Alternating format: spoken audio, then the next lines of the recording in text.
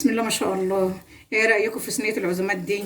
صينيه حضرموت ام عبد الله، حاجه كده عظمه فاخر من الاخر. هنعملها بصدر فرخه، حاجه بسم الله ما شاء الله عليها. الف هنا وصحه لنا ولكم يا رب. شايفين الصينيه بتتكلم عن نفسها، أنا مش هتكلم على الصينيه كتير. يلا بقى تعالى معايا كده بسرعه نخش الفيديو ونشوف الجمال ده كله اتعمل ازاي.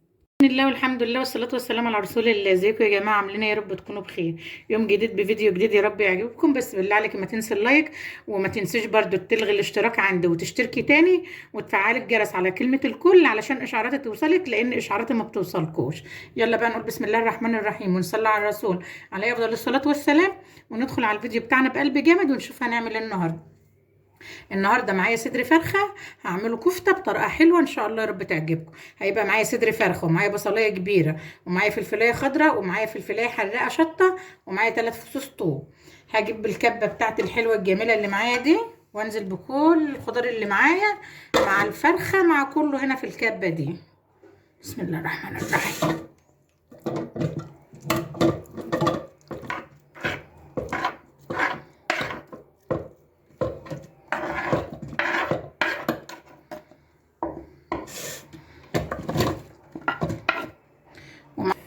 حطيت كل الخضار اللي معايا مع صدر الفرخه.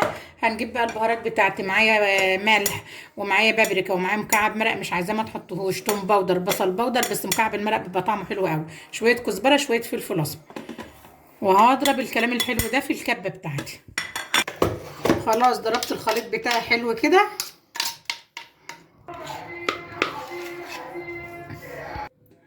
فرمنا الفراخ بتاعتنا فرم حلو كده في الكبه بالصلاه على النبي. معايا بقى شويه كده اوراق بقدونس، هحطهم. انا مرضتش اضربهم في الكبه علشان ايه؟ بينعصر. ومعايا هنا 3 معالق بقسماط، هنحط كده معلقتين ونخلط الكلام الحلو ده كده. ده فيجيتار مش بقسماط، فيجيتار.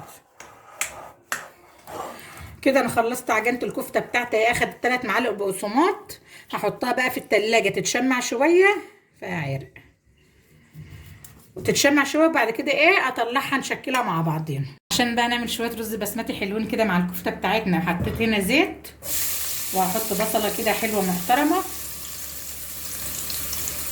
واقلب البصله بتاعتي لحد ما تصفر تاخد لون معايا. البصله معايا كده اصفرت كده. ابدا بنزل بمعلقتين صلصه طماطم كده حلوين محترمين، وانزل بقى ببهاراتي بتاعت الكبسه بقى. معايا بقى ايه؟ معايا طبعا الكركم زعيم الليله دي، ومعايا مكعب مرق، معايا شويه بهارات، معايا بابريكا، قرنفل، حبهان، قرفه، ملح، ولو في لوم يحط لوم. انا ما عنديش لوم، جيت ادور ما لقيتش لوم. واقلب الكلام الحلو ده كده ريحته تطلع عليه وتهفف كده. واقول لك هنعمل ايه. الريحه طلعت معايا هفهفت كده وشمتيها وقلبت الدنيا. ابدا انزل بالرز البسمتي بتاعي اللي انا غسلاه ومش نقعاه. كل واحده بقى عارفه الرز البسمتي بتاعها بياخد عياره في الميه، تحط على قد ايه. في رز بياخد الكوبايه بتاخد كوبايتين، في كوبايه الكوبايه بتاخد كوبايه ونص. انا بالنسبه لي الرز بتاعي بياخد الكوبايه بتاخد ايه؟ كوبايه ونص. هقلب بقى الرز كده يتغلف كله بالخلطه الحلوه الجميله اللي انا عاملاها دي. وبعدين انزل بالميه السخنه المغليه اللي معايا في الكتل. غلفت الكلام الحلو ده كله مع بعضه كده. بسم الله الرحمن الرحيم. هبدا انزل بسم الله الرحمن الرحيم بالميه من الكتل كده. كوبايه رز على كوبايه ونص ميه، عشان الرز بتاعي بياخد ايه؟ كوبايه ونص. هسيبه بقى يغلي، وبعد ما يغلي اوطي عليه يتشرب بقى وابقى زي الفل. الكفته بتاعتي خلاص اهي اتشمعت في التلاجة. هبدا ادهن ايدي زيت كده، وابدا بقى ايه؟ اكورها كويرات صغيره كده.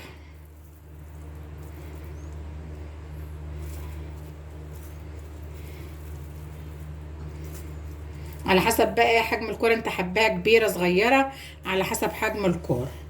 ادهن ايدي زيت واكور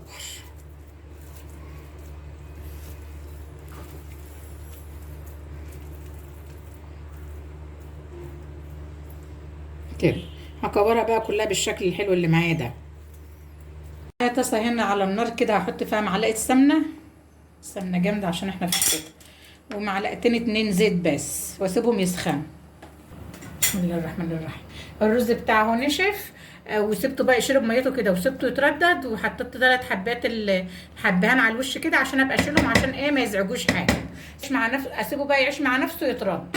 الماده الدهنيه بتاعتي اللي هنا كده سخنت ولا لسه؟ تش، يبقى سخن. هنزل بقى بالكفته بتاعتي تقول تش كده على نار عاليه علشان ما تنزلش ميتها. بعمل طعميه. حطيت الكفتات بتاعتي الجميله كده في الطاسه وهسيبها كده مع نفسها بقى ايه، تعيش كده مع نفسها. ما اقلبهاش ولا اجي يمتها لحد ما تتشمع كده عشان ما تتهريش معايا. الكفته بتاعتي اخدت لون كده من تحت، هبدا اقلبها كده على الوجه اللي فوق بالراحه كده. بعد ما اقلبها على الوجه اللي فوق اسيبها بقى، اوطي عليها بقى واسيبها ايه عشان تستوي، عشان ما تبقاش نيه من جوه. خلاص شايفين بسم الله ما شاء الله الكفته بتاعتي خلصت على عين البوتاجاز كده في ثانيه ما شاء الله عليه. كل شويه اقلبها كده في بعض، اقلبها كده هتحمر وتبقى معاكي زي الفل. يلا بقى نقدم طبقنا، طبق المطاعم اللي هيبقى احسن من المطاعم ان شاء الله. بسم الله ما شاء الله الرز بتاعه اهو، هنقدمه كده زي المطاعم بالظبط. شايفين ما شاء الله. عرفنا الرز بتاعنا اهو بالصلاه على النبي. هبدا بقى كده ايه، احط الكفتات بتاعتي الجميله كده حوالين داير. بسم الله ما شاء الله. طبق يعني كده بسم الله ما شاء الله فاخر من الاخر، شغل مطاعم والله. عملت بصدر فرخه في البيت ولا لحمه ولا اي حاجه. وكده خلصنا طبقنا اهو بالصلاه على النبي ما شاء الله عليه. حاجه يعني عظمه فاخر من الاخر. مش عايزه اقول لك الريحه بقى والطعم والله تحفه ما شاء الله. والف هنا وصحه لنا ولكم يا رب. الطبق بتاعنا اللي عملناه اكل المطاعم ده اللي عملناه بصدر فرخه حاجه يعني ما شاء الله.